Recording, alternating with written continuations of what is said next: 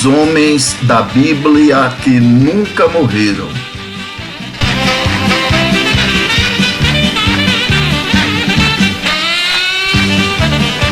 São eles Enoque, Elias e Melquisedeque.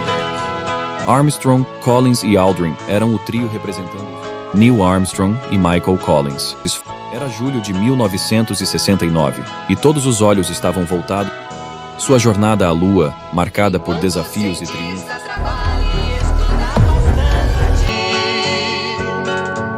Pra ter um contato com a Lua, como aconteceu. Existe um povo humilde que sem muito esforço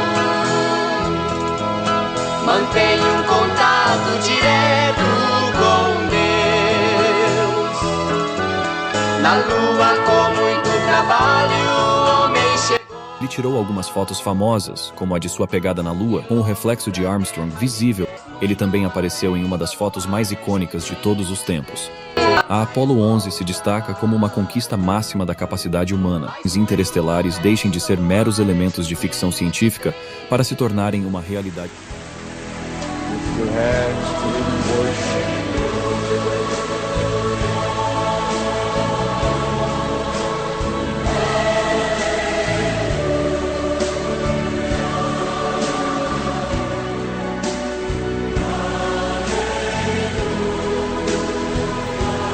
Acabamos de ver esta tão importante reflexão que os astronautas trouxeram para nós.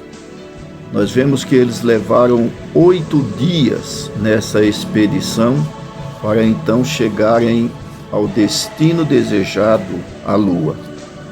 E o que me faz refletir é que o nosso Deus, ele registra nas Escrituras que, para chegarmos ao céu, a nossa viagem custa apenas um abrir e fechar de olhos. Nosso Deus é tremendo. Enoque, o autor das crônicas, começa a história de Israel pelas gerações que começam em Adão e termina nos filhos de Noé. Enoque foi o 7º depois de Adão. Ele vem da geração que começou após a morte de seu irmão Abel. Podemos encontrar todos os detalhes das 7 gerações no início do capítulo 5 de Gênesis. A versão resumida encontramos em 1 Crônicas, capítulo 1, versículos 1 ao 4. Adão, Sete, Enos, Cainã, Maalael, Jared, Enoque, Metusalém, Lameque, Noé, Sem, Cã e Jafé. Enoque, o profeta do Senhor, foi esse homem zeloso que viveu em meio a um mundo conturbado, um mundo cheio de imundícia, um mundo cheio de guerras, de imoralidade, um mundo que a grande maioria não pensavam em Deus. Enoque, no entanto, ele foi esse homem que guardou a fé, esperou, teve esperança para confiar no Senhor e aguardar a redenção em Jesus Cristo. Sobre o profeta Elias, é bom que façamos uma reflexão. E sucedeu que, indo eles andando e falando, eis que um carro de fogo com cavalos de fogo os separou um do outro, e Elias subiu ao céu num redemoinho. Segundo Reis, capítulo 2, versículo 11.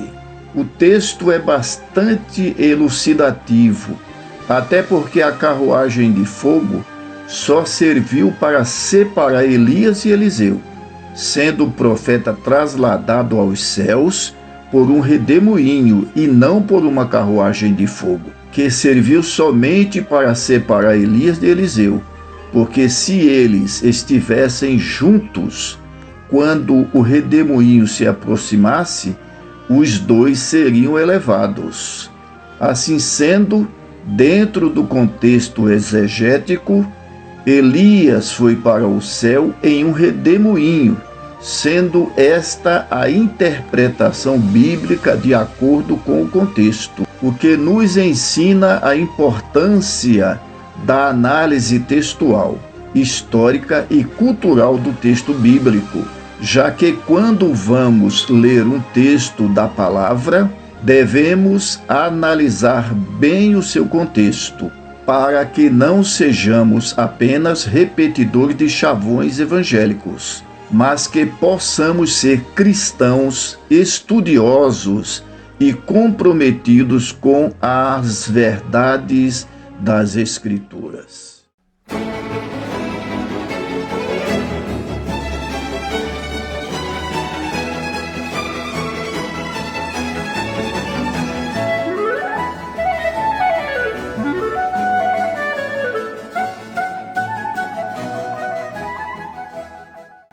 Sobre Melquisedeque, atraíram mais atenção como um dos maiores mistérios da Bíblia.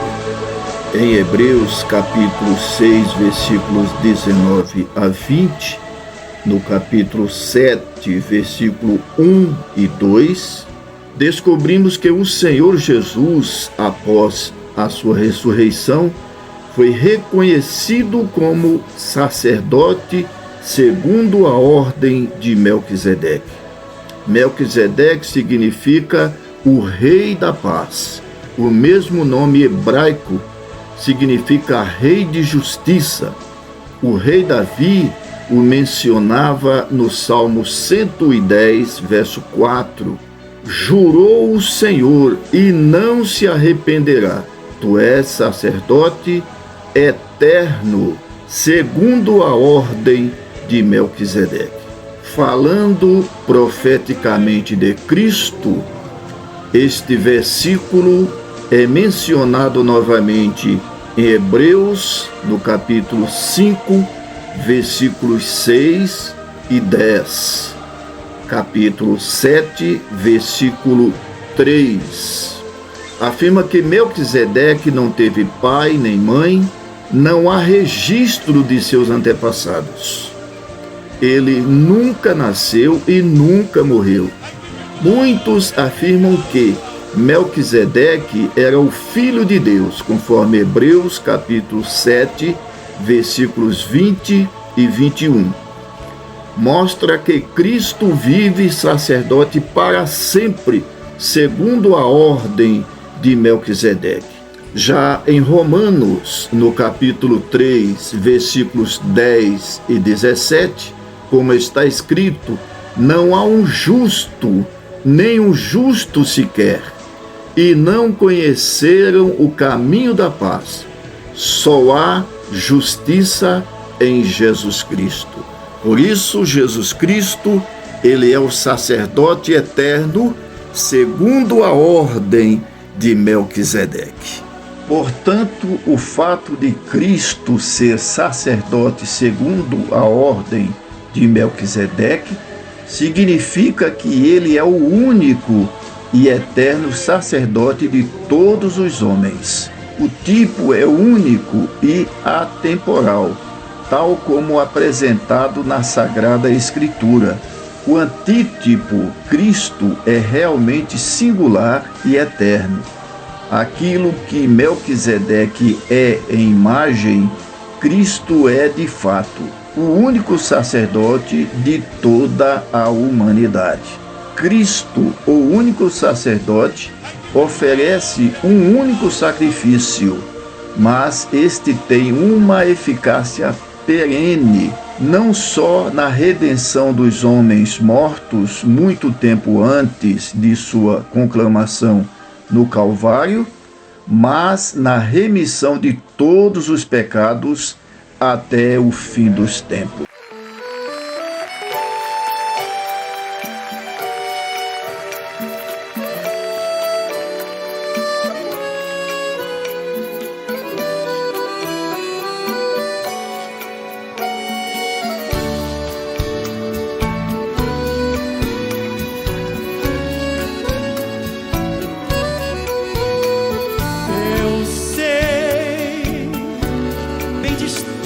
A Bíblia registra que aos homens está ordenado morrerem uma vez, findo depois disso o juízo.